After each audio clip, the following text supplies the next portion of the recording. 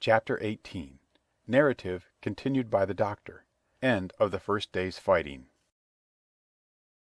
We made our best speed across the strip of wood that now divided us from the stockade, and at every step we took the voices of the buccaneers rang nearer. Soon we could hear their footfalls as they ran, and the cracking of the branches as they breasted across a bit of thicket. I began to see we should have a brush for it in earnest, and looked to my priming. "Captain," said I, "Trelawney is the dead shot. Give him your gun. His own is useless." They exchanged guns, and Trelawney, silent and cool as he had been since the beginning of the bustle, hung a moment on his heel to see that all was fit for service. At the same time, observing Gray to be unarmed, I handed him my cutlass. It did all our hearts good to see him spit in his hand, knit his brows, and make the blade sing through the air. It was plain from every line of his body that our new hand was worth his salt. 40 paces farther we came to the edge of the wood, and saw the stockade in front of us. We struck the enclosure about the middle of the south side, and almost at the same time 7 mutineers, Job Anderson, the boatswain, at their head, appeared in full cry at the southwestern corner. They paused as if taken aback, and before they recovered, not only the squire and I, but Hunter and Joyce from the blockhouse, had time to fire. The 4 shots came in rather a scattering volley, but they did the business. One of the enemy actually fell, and the rest, without hesitation, turned and plunged into the trees. After reloading, we walked down the outside of the palisade to see to the fallen enemy. He was stone dead, shot through the heart. We began to rejoice over our good success, when just at that moment a pistol cracked in the bush, a ball whistled close past my ear, and poor Tom Redruth stumbled and fell his length on the ground.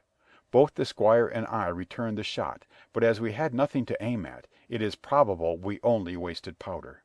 Then we reloaded and turned our attention to poor Tom. The captain and Gray were already examining him, and I saw with half an eye that all was over. I believe the readiness of our return volley had scattered the mutineers once more, for we were suffered without further molestation to get the poor old gamekeeper hoisted over the stockade and carried, groaning and bleeding, into the log house. Poor old fellow! He had not uttered one word of surprise, complaint, fear, or even acquiescence from the very beginning of our troubles till now, when we had laid him down in the log house to die. He had lain like a Trojan behind his mattress in the gallery. He had followed every order silently, doggedly, and well. He was the oldest of our party by a score of years, and now, sullen old serviceable servant, it was he that was to die. The squire dropped down beside him on his knees, and kissed his hand, crying like a child. "Be I going, doctor?" he asked. "Tom, my man," said I, "you're going home." "I wish I'd had a lick at them with the gun first," he replied.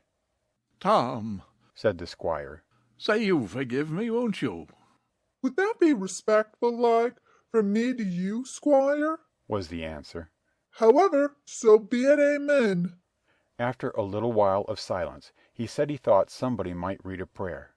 "It's the custom, sir," he added apologetically, and not long after, without another word, he passed away. In the meantime the captain, whom I had observed to be wonderfully swollen about the chest and pockets, had turned out a great many various stores: the British colours, a Bible, a coil of stoutish rope, pen, ink, the log-book, and pounds of tobacco. He had found a longish fir tree lying felled and trimmed in the enclosure, and with the help of Hunter he had set it up at the corner of the log house where the trunks crossed and made an angle. Then climbing on the roof, he had with his own hand bent and run up the colours.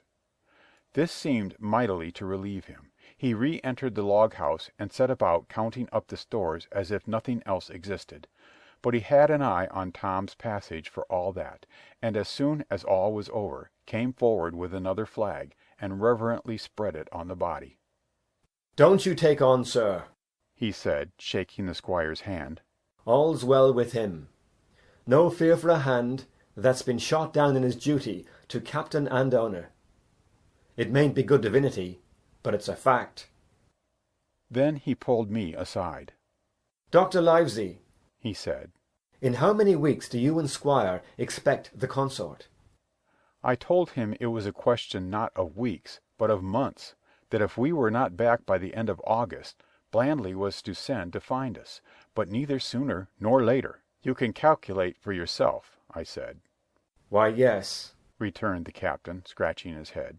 and making a large allowance, sir, for all the gifts of Providence, I should say we were pretty close hauled. How do you mean? I asked.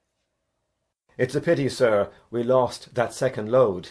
That's what I mean, replied the captain. As for powder and shot, we'll do. But the rations are short, very short. So short, Dr. Livesey, that we're perhaps as well without that extra mouth. And he pointed to the dead body under the flag. Just then, with a roar and a whistle, a round shot passed high above the roof of the log house and plumped far beyond us in the wood. Whoa! said the captain. Blaze away! You've little enough powder already, my lads. At the second trial the aim was better, and the ball descended inside the stockade, scattering a cloud of sand, but doing no further damage. Captain, said the squire, the house is quite invisible from the ship. It must be the flag they're aiming at. Would it not be wiser to take it in? Strike my colours, cried the captain. No, sir, not I. And as soon as he had said the words, I think we all agreed with him.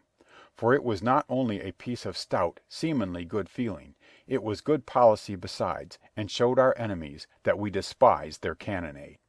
All through the evening they kept thundering away.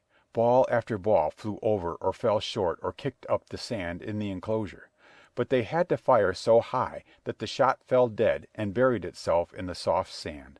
We had no ricochet to fear, and though one popped in through the roof of the log house and out again through the floor, we soon got used to that sort of horseplay, and minded it no more than cricket. There is one good thing about all this, observed the captain. The wood in front of us is likely clear. The ebb has made a good while. Our stores should be uncovered. Volunteers to go and bring in pork.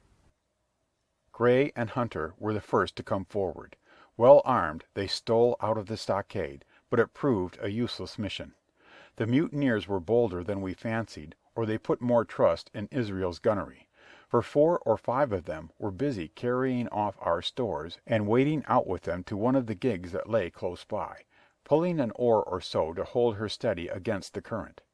Silver was in the stern sheets in command, and every man of them was now provided with a musket from some secret magazine of their own. The captain sat down to his log, and here is the beginning of the entry. Alexander Smollett, master. David Livesey, ship's doctor. Abraham Gray, carpenter's mate. John Trelawney, owner.